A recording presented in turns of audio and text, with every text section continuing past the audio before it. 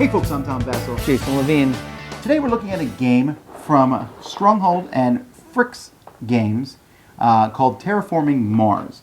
Now, the hot topic of the year is Mars. Yes. Okay, this is I think one of 3 games. Okay, it's not that hot, but it's one of 3 games that's being simultaneously developed, I think, about Mars. And I have to be honest, of all the Mars games that they were talking about, this was the one I was least interested in. Games have done okay games for me in the past. When I first saw pictures of the board for this, I just wasn't that interested. But once we got the pieces out and put them out, it looked a whole lot better. It has some really cool looking pieces. Yeah, it definitely has cool looking pieces, and I felt the same way at first. You know, I saw the board and I saw the back of the box and said, well, is this going to be interesting or not interesting? I can't tell. And then we pulled everything out. We pulled the cards out, and well, let me show you the pieces.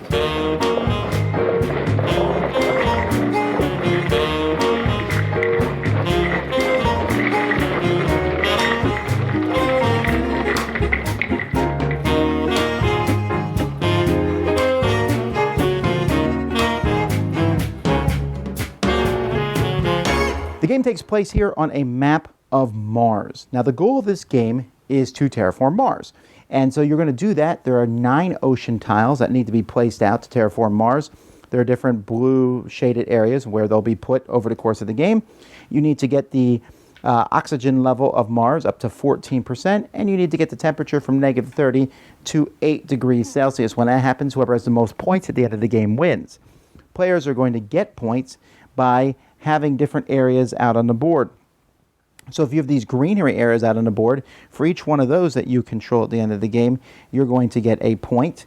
And then there's cities. Cities are going to get a point if you have a green area next to it. So this one here is worth 1 point, but let's say there was another green area next to it, then the yellow city is going to get 2 points, even if this is not theirs that they have. There are also many different cards in the game that are going to give points. Like, for example, this one here is worth 3 points. This one's here 1 point for each ocean that's next to your capital tile. This one's 1 point, 1 point. Sometimes they're negative points. And there are awards and milestones that also give points. Now, the game is essentially going to take place using this big deck of cards, but each player is going to start the game with a corporation. Now, there is beginner corporations. This is what you can use. You just get 42 mega credits, they're called. That's the money in this game that you'll start with. But you can also start with a special guild that gives you a special ability. These have different starting amounts of money, but they also have special abilities, and they also might start with something else on them. And each one of them has a different effect, so you'll be drawing 2 of these and choosing which one of them that you'll be using over the course of the game. Players are going to get a player board that they'll be placing in front of them. This is where they're going to keep track of their resources. You have your mega credits here, which is money. You have steel here. You have titanium. You have plants. You have energy. And you have heat. Now, as the game goes by, you're going to be putting these tokens on them. The copper ones stand for 1, the silvers for 5, and the golds for 10. And that just shows how much you have of the different resources on your board. You'll also be placing your own cubes here to keep track of the production. So maybe here, if I have this here, I'm going to get an extra 3 mega credits per turn. Here I'm going to get 3 steel every turn. So you'll have these on these, and you'll see the mega credits can actually be negative, but the rest of them are going to be positive, and you're going to get those credits or resources as at the beginning of each turn. At the beginning of the game, players are going to get a handful of 10 cards. At the beginning of every turn, players are going to get 4 more cards drawn from the deck, or you can draft them if you want. And when you get these cards, you're going to look at the cards and decide which one you're going to keep. If you decide you're going to keep a card, you can keep as many as you want. There's no hand limit. You pay 3 mega credits for each one that you want to hang on to. After that, each round is going to start, and on a player's turn, they have 1 or 2 actions, and then, or you can pass. If you pass, you're out of that round. Once everyone has passed, the round ends, and if there's some bookkeeping and things that go on over the course of that turn, and we keep going until those 3 things are reached and the game ends. Now, the actions that you can take, the biggest action and the one that the game revolves around is playing cards from your hand. There are 3 main types of cards. The red cards are events. they have a symbol in the top corner to show that once you're done playing them, you turn them face down. And you simply pay the cost up here, which here for example is 1 mega credit, not very expensive at all. And it will do something for you. Like this one lets you take away 3 steel or 4 steel or 3 titanium or 7 credits from another player. There's a red outline around to show that you can do that here. Here we have Lichen. This is a green card. These are similar to events. The difference between the green cards and the red cards is you don't turn these face down. You leave these in a stack like this because these symbols here may have different effects in the game. Cards may refer to how many symbols you have of a certain type. Also, there are 2 types of symbols, the titanium symbol and the steel symbol. And when you have those, whenever you build a card, you pay the cost here. But when you build a card that has a steel symbol, you can use each steel cube to count for 2 of that cost. So if the last steel, you can build cards with steel on very quickly. And titanium, these will count for 3 of a card that has titanium on it. So if I have this strip mine here, which costs 25, but I have 10 steel, that counts for 20 of the 25 that I need to pay for. Then I only need to pay 5 mega credits for it. Some cards have requirements on them. So here the Lichen means it needs to be at least negative 24 degrees Celsius for me to be able to put Lichen on the board. Methane from Titan needs at least 2% oxygen level. Zeppelins needs 5% oxygen level. This colonizer training camp can only be played if there's a max of 5%. This one here I can only play if I have 2 of these energy symbols in front of me. So they're pretty simple. You just look. Here I need 5 science symbols in front of me for me to be able to play the mass converter. So anyway, the green cards are one-time events like here. And usually they have a symbol here which explains exactly what it is, but there's also text on the card. So I like that. The symbol is easy to see, but here it says requires minus 24 degrees Celsius or warmer. Increase your plant production 1 step. So if you played this card in front of you, you would take your plant production and you would move it up 1. And a lot of what is going to be going on in the game is going to be upping or downing the different production levels. But some of these cards are going to allow you to, like here, this one lets you draw more cards or gives you 5 plants. Or you can add 4 animals to another card. Well, what are animals? Again, you are simply going to take these tokens here and you put them on cards, and those cards can be animals and or algae. And so the game is going to be revolving. Again, like I said, there's the red events, and the events can have all sorts of things happen. Here's a comet, which lets you raise the temperature and place an ocean tile on the board, and then get rid of 3 plants from another player. Here you can raise your TR. This is your points. All the points you get over the course of the game are going to be added to where your TR rating is. Your TR rating is also how much money you get between turns with your mega credit thing added or subtracted to that. So this is an important thing to move. And like I said, there's all sorts of these cards. Now, oceans are important to put on the board because that's one of the ways the game ends. Whenever you place any tile on the board, it might give you resources depending on what you put on top of. So I put this ocean here, I would get 2 steel. If I put an ocean here, I get to draw 2 cards. If I put an ocean here, I get 2 titanium. If I put an ocean here, I get 2 plants. And whenever any tile is placed next to an ocean, you also get 2 mega credits for each ocean tile that you place it next to. And of course, ocean tiles might be needed for some cards to be played. Ocean tiles might be critical for points at the end of the game. So I mentioned the green cards. They're one-time use cards that provide you with symbols. There's events. The last cards are buildings, and there's all sorts of blue. These are blue cards. A blue building stays out in front of you, and some blue buildings have an effect. For example, here, when you play a space card, this symbol here, you pay 2 mega credits less for it. So once I have this out here in play. It also has a one-time effect here where it increases my energy production 6 steps. So that's pretty cool. Other cards have actions on them. So for example, this card here, I can add a microbe to this card. So I put a token on this card to show that I have a microbe. Or I can remove 2 microbes to raise the oxygen level 1 step. So this is a microbe card. So that's an action that you can take once per round. And so the more blue buildings you have out, the more special effects and the more extra actions. Here I can pay 6 energy to add a science resource to this card. So I can put a science resource on the card. And at the end of the game, this is 2 points for every science resource that I have. And there's all sorts of cards in this game. In fact, the game comes with an extra set of cards, another whole stack of cards that can be added for a more longer in-depth experience. And again, well, actually, these are the base cards. The extra cards are here which is, again, is another whole stack. You put these together with all the cards, and you can see that it's a pretty hefty stack of cards when you're using all of them, but that's also going to increase the length of the game. Now, playing a card is only one of the actions you can take. There's also what we call standard projects here, where you can sell any number of cards for one mega credit each, get rid of cards. You can spend 11 cards to get a power plant to increase your power 1 here on the board, 11 credits. 14 credits to raise the temperature by 1. 18 credits to put out an ocean. 23 credits to put out a greenery tile. And 25 credits to put out a city. So that's a useful thing to do if you have no cards. These are usually not as good. So you're going to be placing, you can place these things out though as an action.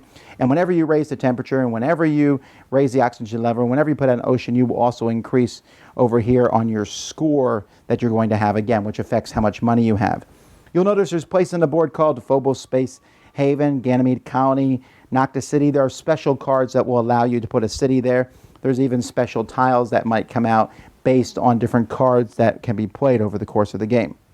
Another action you can take is a milestone down here. You pay 8 and you can claim one of these, which is worth 5 points at the end of the game. Like here, you need to have this score up to 35, or you need to have 3 cities on the board, or 3 plant tiles, or 8 building symbols, or 16 cards in your hand. Or over here, you can pay money to have an award at the end of the game, whoever has the most tiles on the board. And you pick one of these, and you basically, when you pay that price, you'll put a token on it, and then you'll also pick an award that's going to score, like whoever has the most heat at the end of the game.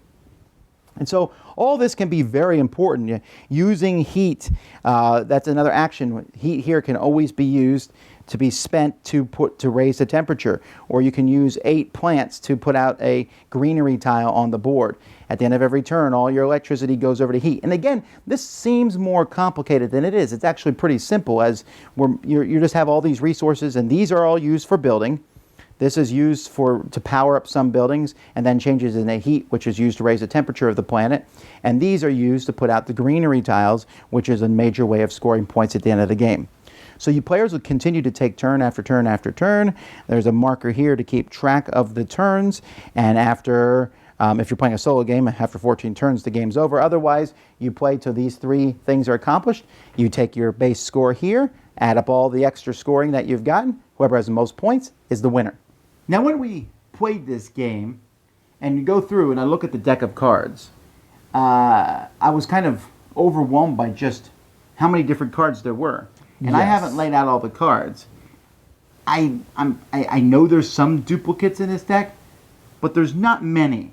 I didn't see one duplicate in my deck, and I was like, wow, these cards are so cool. They do really, really awesome things. Like, every card was awesome in the game. Right, and so this game has kind of like a 3-step process. First, they're like, play with beginner corporations, which the beginner corporations are fine, but I like those corporations to give you a special power, give you kind of a focus on what you're doing. In fact, exactly. I almost want to say they're better than beginner corporations for beginners, because they kind of say, hey, you should mine, hey, you should go green. They kind of give you that process. But then there's the other step where you add the other cards and start with fewer resources. That's neat. It just makes the game longer. But this game doesn't feel long. No, I mean, what does it say on the box? Like, it says 90 minutes to 2 hours? Yeah, 90 minutes to 2 hours. And that's legit. I think 90 minutes is probably the fastest you'll ever get with it. But I could tell you, when we finished this game, I was like, wow, I want to do more. I didn't feel like it was a slow-playing game. It felt very fast-playing the whole game. Right, well, it also ramps up, too. At the very beginning of the game, you can play cards that get some oceans out. There's only 9 oceans going to go out, so they're eventually going to come out. So you start seeing them, but the temperature takes a while to rise. And the life takes a while to move, and you're like, oh, this is going to be a long game. But suddenly, both of those dials just go boom, boom, boom, boom, boom. And you're like, oh, this game's going to end pretty quickly. I need to get my stuff out. And the engine is good, too. Because at the beginning of the game, you got nothing. Well, if you have the corporation yet, your corporation thing. Yes. And you'll build a card. Okay, I can change this to this. I build this card, now I can do this. Pretty soon, you have like 6 cards out. And suddenly, you have this really cool engine, especially if you work hard. Now, there's a variant that we have not tried yet, but you want to. Drafting. Where you draft the cards. You draw 4 cards, and instead of keeping those cards or discarding them, you draft them around the table. I'd like to try that, but I'm worried it will add exceptionally to the game, because the choosing the cards aspect, while it's really cool, is definitely the longest part of the game, because you're sitting there going, oh, do I want this card or Can I not? play it? Will I be able to play it before the end of the game, or am I wasting $3 on it? I don't know. Well, sometimes not even why play it by the end of the game. It's like, sure, I'll play this card at some point, but I need that $3 now. I know. And I like that. That's a good choice, right? And I'm convinced that of your opening 10 cards, you should keep a lot of them because as the game goes by, pretty soon you're like, oh man, I wish I could get more cards. Yes. You want more cards, you want more resources, you want more energy, you want more heat, you want everything. One thing I really like about the game, let's talk about the components, okay? Now, some people have complained that the mats are too thin. I can see that point, but I don't care because I just put stuff on the mat on the table. The mats didn't bother me at all. I mean, normally I'd say, yeah, they could have been cardboard like everything else, but you're not doing much with them. You're just counting your resources with them. They're kind of like a scorecard, I guess. And the copper colored, silver colored, Those are gorgeous. Really neat. And especially this time of year with the Olympics, all I kept thinking was like gold, silver, and bronze, and it fit the like I know it's Terraforming Mars, and we're not really, but gold, silver, and bronze are just great colors, great everything. Right, and I like how you use the same things for all the different resources. It made it very easy. I like having big spots for resources. It was a cool concept. The art on the cards is okay. It's mostly photographs. I liked them. I thought that I would have liked the art better. I think. what I found about the art that I liked is that they were photorealistic art, and every picture fit with the way the card was. Like my pet's card had a dog on it, No, and I'll the give asteroid you that. card, The pictures do match. it was very well done. And so the whole and I think the board, and once you build something on a board with all the different glittering cubes, it just looks really cool. Yes. So I like how the game looks. The rules are okay. They all the rules are in the rule book, but they're not always in the right order. Some of the really important rules are like when they're saying, here's how this card, here's an example of a card. There's actually like rules in those things which aren't mentioned later on, which I would have done because later on I'm like, well, what happens here? Oh, I got to go back and check this. And I flipped back and forth. The rules aren't very long, but I went back and forth a while on that. But the game itself, once you play, I'd say like 3 turns, you know what you're doing. yes. It's really not that difficult. The game plays up to 5 players. I would not. Mostly because of time. You're waiting for someone else to take the actions on their turn. And so the fewer players, I think the more fun you'll have. Now, yes, with more players, there's more jockeying for position on the planet. And there's more fighting for like the awards and things. And the game should take about the same time because there's 5 players pumping up the heat, and there's 5 players pumping up the oxygen. So I think the game would probably play in the same time. I agree. However, I want to do more.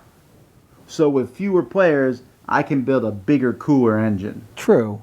And that is my favorite thing about this game, is the engines. It's amazing all the different cool things you can do. You want to do microbes and move microbes around from one to the other? Do that. You want to have an animal farm? Do that. You just want to use heat and get points to the heat. You want to plant gardens everywhere. You want to mine like crazy and just build big buildings that are worth points.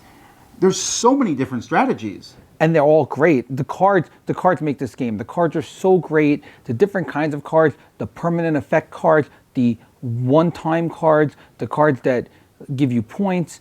All 3 types of cards all work well, and they work well together, and the effects are great, and you just want to keep building. You're sitting there with your handed cards like, I want to do this, and I want to do this, and I want to do this, and I love it, and I love playing all those cards. And yes, I do want to play it with drafting, because I think drafting would make it even cooler, because you could kind of customize what you want to do even more than just getting cards and having to pick the ones that you think would fit best. Do you like to take that element? I didn't mind it. I mean, that's the one thing that I think is unnecessary. I didn't find it necessary, but it wasn't so harsh that it took away from the game experience. Yeah, really, you're taking as far. I mean, maybe there's some terrible take that, but usually you might take one action away from someone by like, oh, hey, I'm going to kill 3 of your plants. Oh, I'm going to steal 2 of these resources. It was never like a, boom, I wiped you out. And that's good. I don't, the take that's fine. It's kind of like more of an annoyance, and it doesn't make any sense for you to hit someone while they're down. You want to hit the person in the lead. Correct. Now, the engine building is my favorite part. My second favorite thing is the theme is pretty strong. This is about raising the temperature in it, and the big animals can't come out when it's too cold. Yes. Or, I mean, when there's not enough oxygen for them to breathe. You know, you got to raise that oxygen level. And algae, there's some cards You that work can't only do when it's plants. cold. Yeah, so if you want to build plants, you can't start making plants on the planet until the planet warms up enough that the plants can grow. And the whole cards that work in certain temperatures and cards that work with certain amounts of oxygen is genius, because you're sitting there going, oh, I can't do this yet, but I can see why this will come out later. And it works, and the theme works great. I felt like I was on Mars.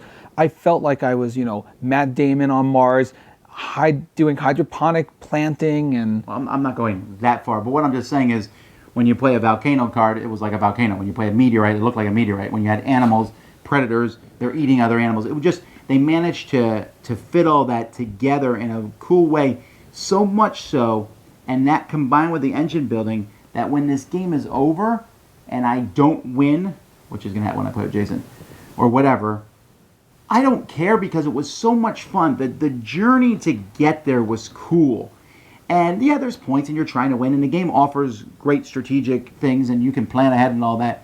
But even if you don't win, you had a great time along the way. Yes, and something that was great about this is it wasn't a runaway leader kind of game. Like, everyone was in it till the end, and scores are close in this game, and really every little thing you do matters in this game. And I think that's a good sign. And you can get sidetracked by making this really cool engine, but not getting any points. True. That's always tempting in these games. You're like, oh my God, get this. Are you scoring points? Oh yeah. or as you found out, like I did, you're doing this and you're like, oh, I just got my third city. Oh, I'm gonna go, oh, there's no more milestones left. I can't get the points for the milestone anymore because everyone else did other milestones. And you're racing to try to do things at a certain pace, and it's just phenomenal. Yeah, so what's the awesomeness rating here of this one? This one's an awesomeness rating of 9. I really, really like it. I know this copy's going on your shelf, but there's going to be another copy going on my shelf real soon. Yeah, actually, Jason's right. I'm going to be hanging on to this copy because I often get accused of not liking heavy Euro games. This is maybe closer to upper medium of Euro games, but people say, but if the theme is strong, that's one thing that hooks me. But also, just this game has a lot in common with. It's not the same, right? But it gives me the same thing that Race for the Galaxy gives me, and San Juan, and other games where you're building these cool engines in front of you. A tableau. This is one of my favorite in that genre, so I'm going to give it an 8.5, which is pretty high for me, and that might even slide to a 9. I was that impressed. I certainly did not expect a game of this magnitude. This is my favorite Stronghold game this year. I liked the Dragon and Flagon. Dragon and Flagon. That was very fun and entertaining. But this one I love, and I think it's the best. I think it's the best Euro game. I mean, he's made very good ones. He made Panamax. I like Panamax. I didn't play Kanban. You played that one, right? Yeah, I like Kanban a lot. But this one, of all of the games that he's played of this type, this one is my favorite. This one really does blow him away, and theme, game mechanics, everything, just phenomenal. All right. Well, thanks for watching. I'm Tom Vassell. Jason Levine. Thanks so much for watching the Dice Tower videos. Find more great videos and reviews, as well as our top-rated audio podcast at Dicetower.com. You can also find other great shows at Dicetowernetwork.com. I'm Eric Summerer, and you've been watching The Dice Tower. The Dice Tower is sponsored by Cool Stuff Inc., where you can find great games for great prices. Cool stuff in stock. Check them out at CoolStuffInc.com.